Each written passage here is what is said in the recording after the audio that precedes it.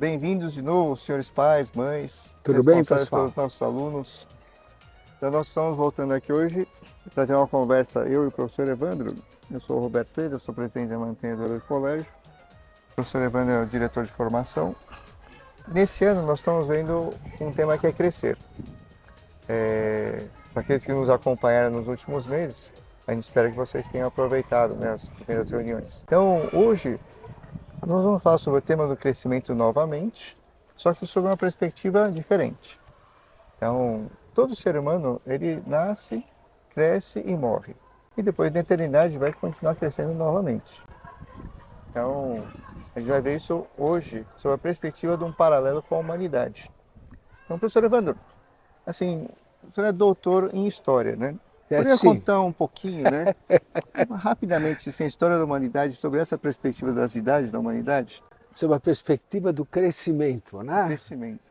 Nós podemos dizer que a humanidade cresce, né? Porque o professor Roberto colocou agora, pegando a figura de uma pessoa. Ela nasce, cresce e chega a um apogeu e a parte material depois da pessoa vai deperecendo e morre.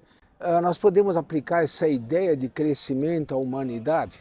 Eu creio que sim, e até de várias formas diferentes umas das outras, né? Nós podemos falar de crescimento populacional, por exemplo, a população de um local cresceu.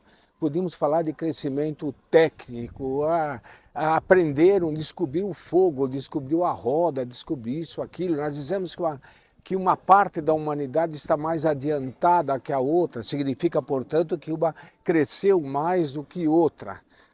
Mas vamos ver o seguinte, é possível falar de um crescimento geral de toda a humanidade? Eu acredito que sim. Eu acredito que é possível falar que a humanidade ela cresceu, nasceu, foi criada por Deus, ela foi se desenvolvendo até atingir um ápice. Mas ao contrário dessa ideia de que depois a humanidade depereceu ou morreu, ou vai diminuindo, que as pessoas vão diminuindo, a humanidade atingiu esse ápice e de alguma forma, que nós vamos tentar explicar aqui, né? De alguma forma ela permanece nesse ápice. Né? Qual é esse ápice? Se nós pegamos a história da humanidade, nós percebemos o seguinte, que, visto do ponto de vista cristão, nós percebemos que a humanidade ela se encaminhou para um momento que foi o momento da chegada de nosso Senhor Jesus Cristo. Então nós podemos dizer, e há muita gente que diz, muitos pensadores que falam isso, que o ápice da humanidade foi esse ponto em que a encarnação, o momento em que o Verbo de Deus se fez carne e habitou entre nós. Então a humanidade chegou ao seu apogeu. Então houve um crescimento. Houve um crescimento, uma espécie de preparatório, em que os homens foram se tomando consciência de si mesmos, foram se preparando. Isso na história do povo hebreu, do povo judeu, é muito visível, muito fácil de perceber que há uma espécie de preparação para a vinda do Messias. E quando Jesus se encarnou, quando Jesus se tornou, quando Deus se encarnou, se fez homem, aí nós temos o ápice da humanidade. É uma forma de ver a coisa. É uma forma de ver. Agora, hoje, nós estamos aqui, então, eu vou fazer uma proposta, né? Aqui nós não somos donos da verdade, mas a gente propõe uma outra forma de ver esse crescimento da humanidade. Porque Nosso Senhor veio aqui há mais de 2000 anos, mas ele permanece conosco. Então, de outra Portanto, se forma, ele permanece conosco, a humanidade não não decresceu. decresceu porque ele continua aqui. É.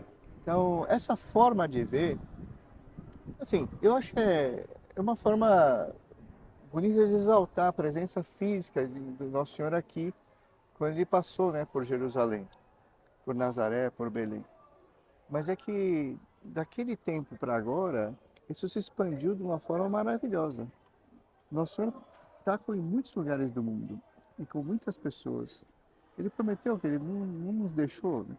Ele disse também que ia voltar em corpo depois, algum dia. Mas ele permanece. Então, É isso que a gente chama de ápice. Ápice é apogeu, que o professor Leandro falou, ponto mais alto. Assim, é bonito de ser falado, mas do ponto de vista da humanidade, depois que Nosso Senhor veio, a gente não decaiu, continua crescendo. Então, mas há pessoas que elas têm esse saudosismo, né, professor? O senhor pode explicar o que é saudosismo? Saudosismo é saudade do passado. Eu sou professor de história, né? Então alguém poderia dizer, bom, todo professor de história é saudosista, né? Porque ele vive no passado, né? Não é bem assim, porque é um jeito de ver a história que é um jeito bem errado de dizer o seguinte, um jeito de ver a história saudosista, né? Que é um jeito bem errado, que é o seguinte, achar que sempre o passado foi melhor do que agora. Ah, os bons tempos do passado, ah, naquela época assim que era bom, etc, etc. Não é bem assim, não. Entende? Não é bem assim de vários pontos de vista. Porque existe saudosismo, por exemplo, saudosismo moral. Ah, naquela época em que havia mais respeito pelos pais, naquela época assim que a educação era ali, durona, etc., na base da vara, do chicote. Né? Existe saudosismo também, os saudosismos, vamos dizer assim, de formação. Né? Antigamente havia mais respeito, entende? Eu me lembro de uma frase que dizia para um escritor, ele dizia brincando, o Nelson Rodrigues, ele dizia isso, o chapéu era um instrumento do respeito. Né? Quando acabou o respeito, acabou o chapéu. Entendeu? Então, ele dizia que só havia bons aqueles tempos. Esse negócio de dizer que os old good times, os bons tempos são do passado, precisa ser visto com calma. Não é assim. Entendeu? Não é assim. A humanidade ela vai acumulando conhecimentos e o acúmulo de conhecimento é bom. E como dizia um grande pensador da antiguidade, Santo Agostinho, é impossível você crescer em algum aspecto sem crescer em outros. Então, se você cresce de uma forma exponencial, de uma forma muito grande, por exemplo, na técnica, entende? Como o conhecimento humano é harmônico, e como nós somos também, nós somos uma unidade, nós somos uma harmonia, não é possível você crescer na técnica sem crescer também na arte, sem crescer em outros aspectos, inclusive no respeito. Eu sei que existem muitas objeções a respeito disso. Por exemplo, dizer, não, mas nós só crescemos na técnica e não crescemos no resto. Veja, há realmente pontos e fatos que dizem isso, que apontam para isso, puxa, a técnica está sendo mal empregada. Mas veja bem, o problema então não é no crescimento, o problema é no uso. É saber usar bem a técnica, saber usar bem a internet, saber usar o conhecimento, a comunicação, saber usar tudo. Entende? O conhecimento, a técnica, a internet são coisas boas. Entende? E eu acho que um saudosista que quisesse voltar para um passado em que isso não existiu, bom, primeiro seria um absurdo, é impossível. Segundo lugar, ele mesmo estaria meio lelé, porque não é assim, não funciona desse jeito não. Não funciona mesmo. Vamos começar um pouquinho agora, professor Evandro, a fazer um paralelo justamente com um ser humano que vocês estão muito interessados, são os filhos de vocês, as filhas de vocês. Porque eu penso que uma coisa que acontece é que, lógico, a gente olha para aquele bebê que nasceu, a gente olha para os menininhos aqui que tem 7 anos, para as meninas que têm 6 anos, né? E são fofuras.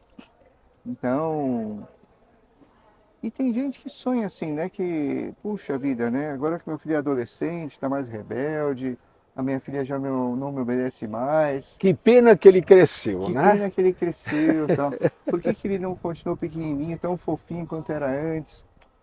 E é lógico que todos vocês concordam, vocês não querem isso para a vida dos filhos de vocês. Quer dizer, há um desejo assim, entende? Puxa, talvez há um desejo dentro de vocês que seria o seguinte, puxa vida, eu podia ter aproveitado melhor, né? Aqueles meses, aqueles anos em que ele era um bebê, em que ele era uma criança pequena, né? Mas já passou. Então, mas eu acho que nenhum de vocês quer que ele agora comece a diminuir e você tem que dar entende de mamar de novo, tem que trocar a fralda. Acho que vocês querem que esse Certo. rapaz, essa moça, né, se tornem homens, se tornem mulheres, que sejam autônomos e que eles façam bem a esse mundo, né? Então, mas na humanidade, mas em paralelo, existem essas pessoas. Gente que acha isso, não, mas é que antes as coisas eram desse jeito, podiam voltar, mas é que o tempo não volta. Então, é uma falta de realismo, né? Ficar sonhando com isso. E a gente pode perder muito tempo. Então, a gente tem que olhar para a fofurinha, que era o filho, a filha, entende? E olhar que aquela ternura, né? Aquela bondade que eles tinham, continuam lá dentro. Talvez ache uma pequena revolta, mas também é importante vocês projetarem no futuro, na eternidade, em que vocês vão estar no paraíso com eles. Então, e não vão querer que eles sejam pequenos, vocês vão querer que eles estejam na plenitude, assim como vocês. É isso que a gente tem que sonhar. Também nesse sentido, a gente precisa sonhar com uma humanidade que chegue à plenitude. E não ficar olhando para os problemas atuais passageiros. Não é Ou isso, para o professor Ivanildo? passado com essa ideia de saudosismo, né? Existe uma teoria bonita, que é a teoria da soma das idades, que diz assim que cada época, cada idade da pessoa, e eu acredito também que da humanidade, cada idade tem suas características próprias, boas, né? E que, na medida que o tempo passa, essas características não vão morrendo, elas vão se somando a outras. A criança tem aquela idade da fofura, né? A idade da inocência. Né? Depois que a criança cresce um pouco, ela começa a ter a idade, por exemplo, da perspicácia, da esperteza, do querer o conhecimento. A inocência não sumiu.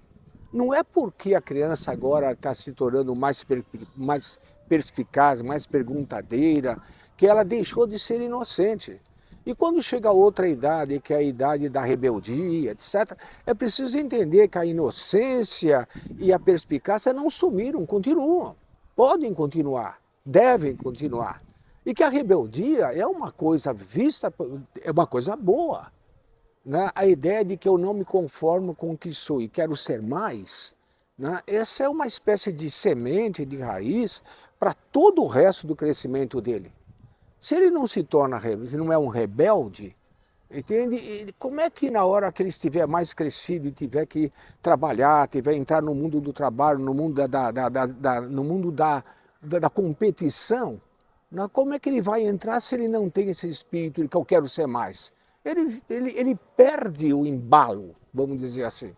Então, na verdade, esses conhecimentos vão se somando uns aos outros. Né? E eu acredito que o mesmo acontece com a humanidade.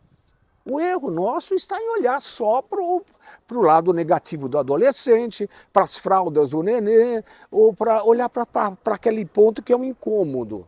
Em vez de você procurar ver em que a flor está desabrochando, em que aquilo está crescendo, você fica olhando, puxa, mas precisa adubar, precisa colocar, no trabalho que dá. Entende? Em vez de ver o fim, o objetivo. Né? Isso acontece conosco enquanto papais, enquanto mamães, acontece conosco enquanto professores, né? E acontece também com a humanidade, quando a gente pensa a humanidade. Mesma coisa. Há pessoas que olham para a humanidade só para ver o lado sombrio, o lado negativo. Aliás, tem muita história, muita forma de escrever história que só fala disso também. Só fala da parte negativa. Então, a gente não vai falar sobre isso hoje, porque como o É, professor Evandro falou, tem muita coisa nesse sentido. Também eu acho que não vale a pena, sabe? é Só uma para vocês chatice. saberem. O que nós gostaríamos hoje, né? De mostrar para vocês que esse momento da história que nós vivemos, em que você foi colocado aqui nessa terra, eu, o professor Evandro, os filhos e as filhas de vocês, é um momento espetacular. Porque é um raciocínio bem simples, né? Deus, que é o Criador, é muito inteligente, ele nunca erra. Então, é óbvio que ele não errou nos colocando nesse momento. Exato. Nós Né? vivemos o melhor momento para cada um de nós. É o momento ideal, entende, para o nosso crescimento. É o momento ideal para ter vindo a esse mundo. Isso é o mais inteligente se pensar. É uma coisa bem racional. Não uma coisa religiosa, né, professor Evandro? Não, não se trata necessariamente de religião. Há muito filósofo que não é religioso que mostra isso. Qual a melhor época que você... Essa pergunta acontece muito, né? Em que época que você gostaria de ter vivido? Né? E a resposta correta para essa época é esta. Né? Porque Deus me colocou aqui, eu estou aqui.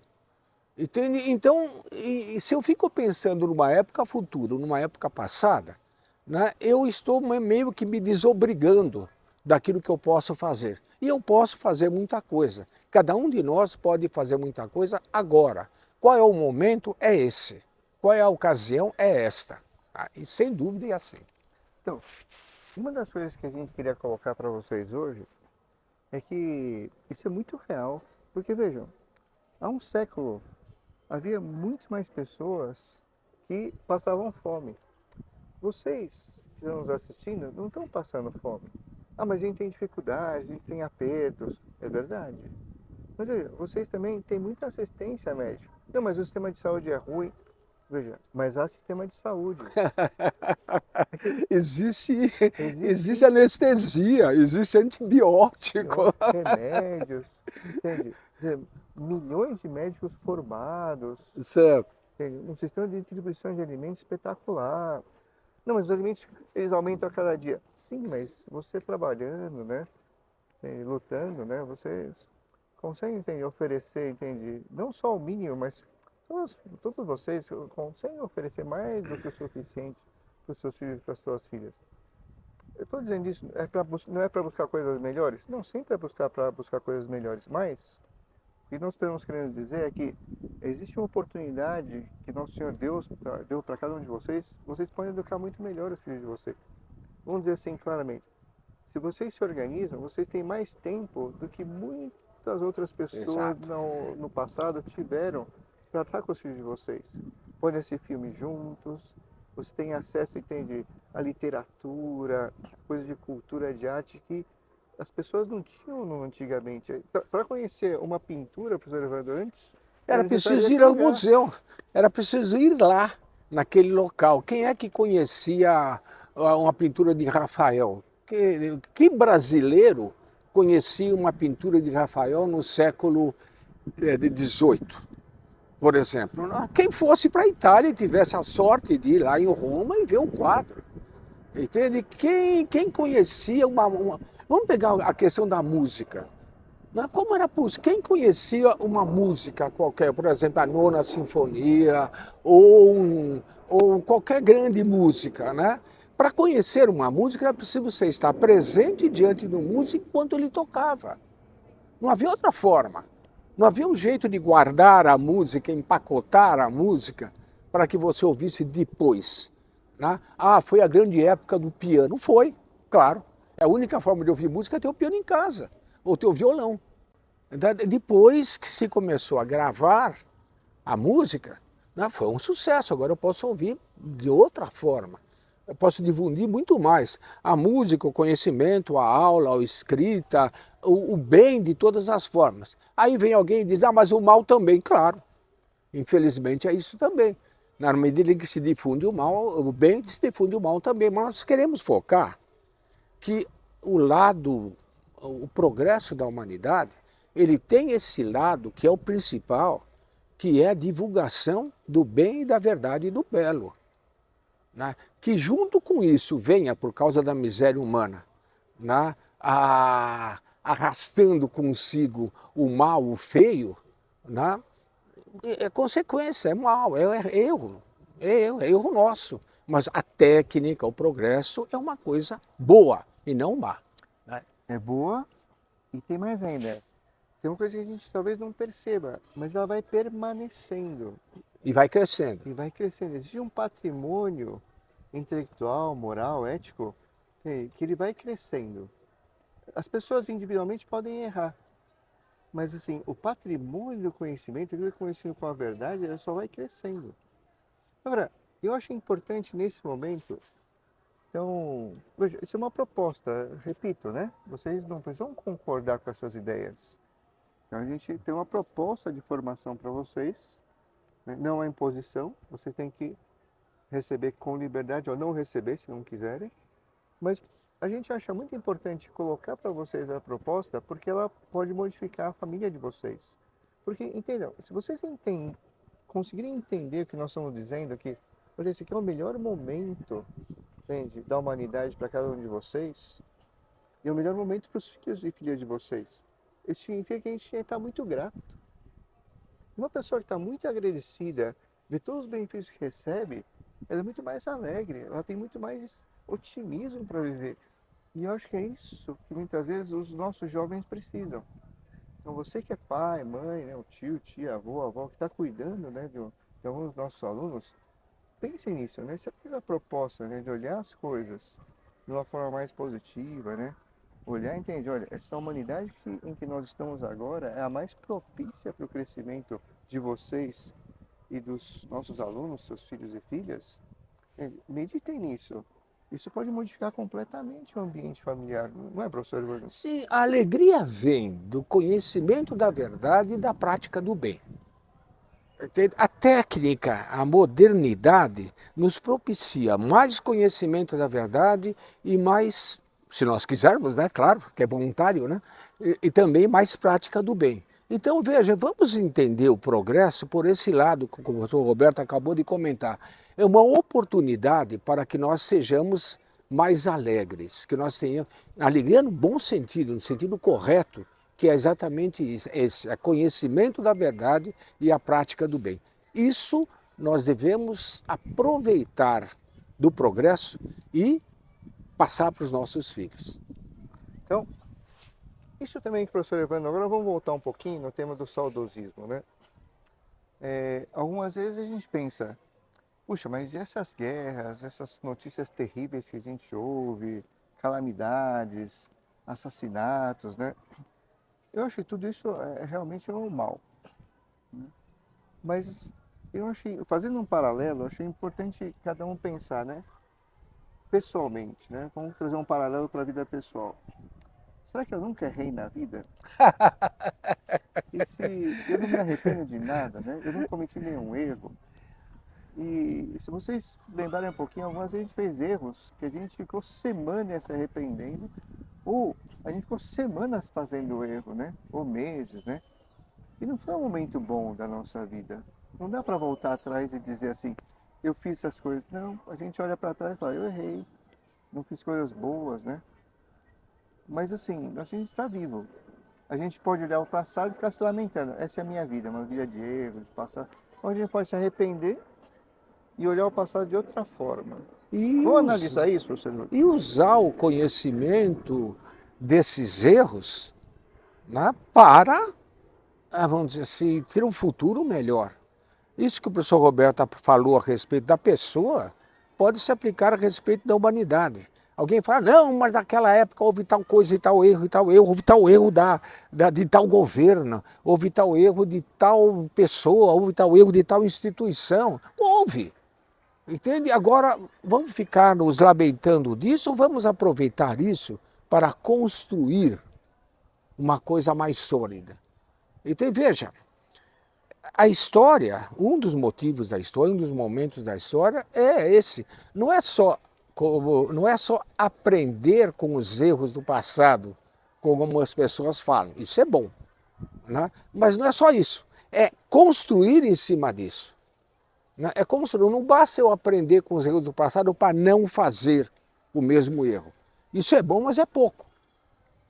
Não se trata de não fazer, trata-se de fazer. Fazer coisas novas, fazer coisas belas, né? E levando em conta que o erro do passado pode me ajudar nisso. Entende? Então, o conhecimento dos erros do passado não deve ser visto só como uma espécie de tremendo arrependimento, mas também como uma espécie de trampolim que joga a gente para coisas mais altas. Sabe? Então, essa atitude de vida é muito importante na perspectiva de que se eu ficar olhando o passado, puxa, mas meu passado, quando eu errei, naquele momento meu filho era assim, né? Isso nos paralisa, nos dá perplexidade, assim, porque a gente fica com uma memória de que antes do meu erro era melhor. Então, mas eu não consigo mais voltar naquele momento. É um erro, o passado não vai voltar. O que eu preciso fazer? É parar e ver o meu presente agora, é, com as qualidades que Deus me deu, com a vida boa que eu tive, os bons atos que eu fiz, Com os somados erros que os eu erros, cometi, com os erros que eu cometi, onde é que eles podem me levar? Na verdade, se a gente refletir corretamente sobre as nossas próprias misérias, isso pode nos acelerar o crescimento isso. atual. Tá? E conseguir progressos que, se não tivesse sido aquelas misérias, eu não conseguiria. Entende? E conseguir coisas novas que se eu não tivesse cometido aquela infelicidade, errada, claro, né? Mas se eu não tivesse feito aquilo, agora eu não seria capaz de tal e tal, vamos dizer assim, volta por cima. Entende? Mais do que isso ainda, de tal tal progresso. Entende? É preciso aprender com os erros e não ficar só lamentando os erros. Essa é uma lição do passado muito importante. Por isso que o passado, ele é muito importante. Não enquanto saudosismo, Sim, entende? Mas como esperança para o futuro. A gente tem que ter fé em que aquilo que aconteceu no passado, entende? Ele também faz parte do nosso presente. Mas não pode ser uma coisa ruim. Porque se a gente se fixar na maldade do passado, a gente não tem solução para o futuro. Quer dizer, um raciocínio bem básico esse. Mas o problema é que a gente precisa parar para pensar como nós estamos fazendo hoje. Hoje o tema parece muito teórico, gente. Mas é porque é importante entender isso, hein? Se você tem um fundo de pessimismo, se você acha que o seu filho não tem jeito, se acha que a sua filha, entende, se corrompeu e não vai ter volta, não vai voltar a ser aquela fofurinha que era antes, entende? Se você tem uma pontinha de desconfiança disso, é isso que a gente está convidando você a tirar. Quer dizer, não é verdade. O seu filho, a sua filha, eles têm um potencial que não se baseia nos méritos ou nas coisas que eles fizeram bem, mas em Deus, não sei o que os criou. Ele não fez um projeto ruim. Ah, mas é que eu eduquei mal. Gente, vocês vão me desculpar. Vocês não são capazes de cometer um erro maior do que o acerto de Nosso Senhor. por maiores que sejam nossos erros, não é tanto assim também, não. Não, Sem assim, dúvida. eu tenho um amigo que comenta, uma vez eu era adolescente e me ajudou muito, ele estava muito preocupado com o erro pessoal, e ele falou assim, olha Roberto, vamos parar com isso, né? O pecado original já inventaram, você não consegue fazer o pecado original de novo, você não é tão bom, assim, não é tão mal. Assim. Então, nenhum de nós consegue cometer um erro que Deus, nosso Senhor, não consiga consertar se a gente quiser. Essa é a grande esperança da história. Esse é um grande ponto a ser pensado. Né? Nós não estamos sozinhos no mundo. Né? Houve a redenção e Deus continua conosco. Então, esse negócio então de falar, não, mas eu devia ter feito e não fiz, etc., esquecendo de colocar Deus na equação, só faz a gente virar desesperado. Né? Ponha Deus na equação. Ponha Deus na equação da família, ponha Deus na equação do trabalho, ponha Deus na equação do namoro, e vocês vão perceber que as coisas mudam. É um outro mundo que se abre, e é esse o mundo verdadeiro, não é o outro, porque Deus continua existindo e continua nos assistindo. Né? Deus não ficou no passado, deu a corda na gente e largou a gente por aqui. Né? Exatamente. Nós não estamos largados, como disse o professor Evandro. Deus nos dá liberdade, mas Ele está sempre presente. Eu espero que vocês tenham conseguido refletir um pouquinho. Depois, se quiserem assistir de novo, porque talvez foi um pouco pesada assim, a nossa apresentação hoje, mas ela é importante. Se vocês quiserem assistir depois e pensar novamente, né?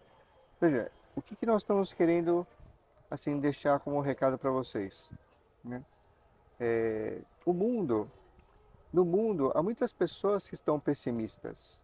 A gente precisa rezar por elas, mas a gente precisa se libertar disso.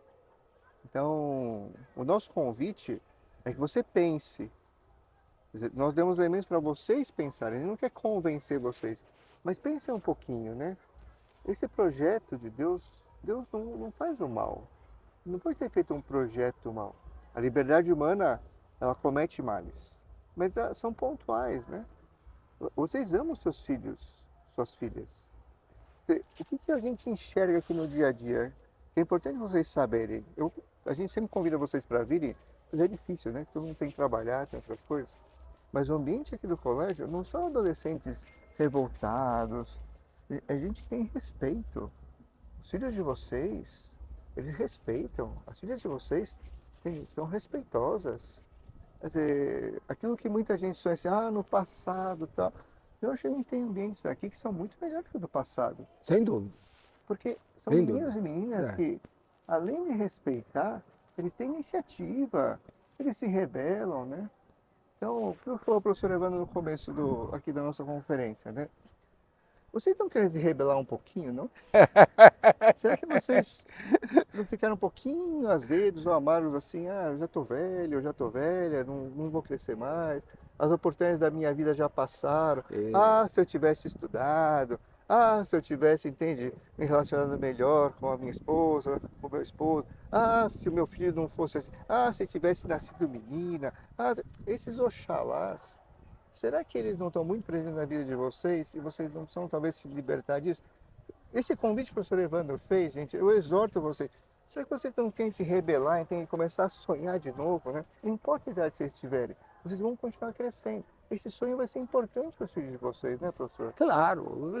Eu acho que o Roberto resumiu aqui a ideia. Grande parte do crescimento está na inconformidade, está na rebeldia, como ele falou. O crescimento se dá também através da rebeldia com as coisas do passado. Tá bom, é bonito? É. Interessante? É. Beleza, tudo bem, mas eu posso fazer melhor. Entende? Eu posso fazer melhor comigo mesmo. Não é porque eu tenho 60, 70, 80 anos que eu não posso fazer melhor ainda. Então, e assim comunidade. Tenham claro isso. Lembrem-se de novo, hein? Os filhos e filhas de vocês vão construir um mundo melhor. Eles já estão fazendo isso, estão estudando aqui, estão se esforçando, né? Com o esforço de vocês, né? A dedicação de vocês. Não só, entende, em pagar o colégio, né? Mas principalmente, entende, em darem tempo a eles. Eu sei que vocês não sabem vários conteúdos que eles aprendem aqui. Gente, sinceramente, o que as crianças têm hoje são recursos que eu não tive, o professor Evandro não teve, vocês Sem não dúvida. tiveram. Eles têm muito acesso à informação, muitas ferramentas pedagógicas modernas, né? Muito acompanhamento, né? Então, repita um pouquinho o que vocês estão dando para eles, que não é pouco. Deem graças a Deus que vocês conseguem fazer isso. Então, eu acho que o mundo está melhorando porque vocês apostaram neles, estão apostando, né? E apostaram também em nós, não é, professor? É isso. Né? Rebeldia e confiança no futuro. Até logo, gente. Até mais.